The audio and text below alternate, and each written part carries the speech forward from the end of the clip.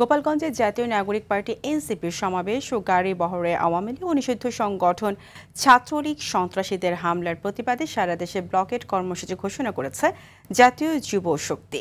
বিকেলে এনসিপির সমর্থকরা শাহবাগে জড়ো হয়ে ব্লকেট কর্মসূচি পালন করে শিক্ষার্থীরা। একই সময়ে মিরপুর 10 নম্বর চত্বর, উত্তরা ও যাত্রাবাড়ির শিক্ষার্থীরা রাস্তা অবরোধ করেন। জাহাঙ্গীরনগর বিশ্ববিদ্যালয়ের সামনে রাস্তা অবরোধ করে বিক্ষোভ করে শিক্ষার্থীরা। কুমিল্লায় কোটবাড়ি বিশ্ব রোডে, ঢাকা চট্টগ্রাম মহাসড়ক, সিরাজগঞ্জ যমুনা সেতু মহাসড়কে ব্লকেট কর্মসূচি পালন করে এনসিপির নেতাকর্মীরা। এদিকে সড়ক ছেড়ে দিয়ে রাস্তার পাশে কর্মসূচি পালনের আহ্বান জানিয়েছে এনসিপির আহ্বায়ক নাহিদ ইসলাম।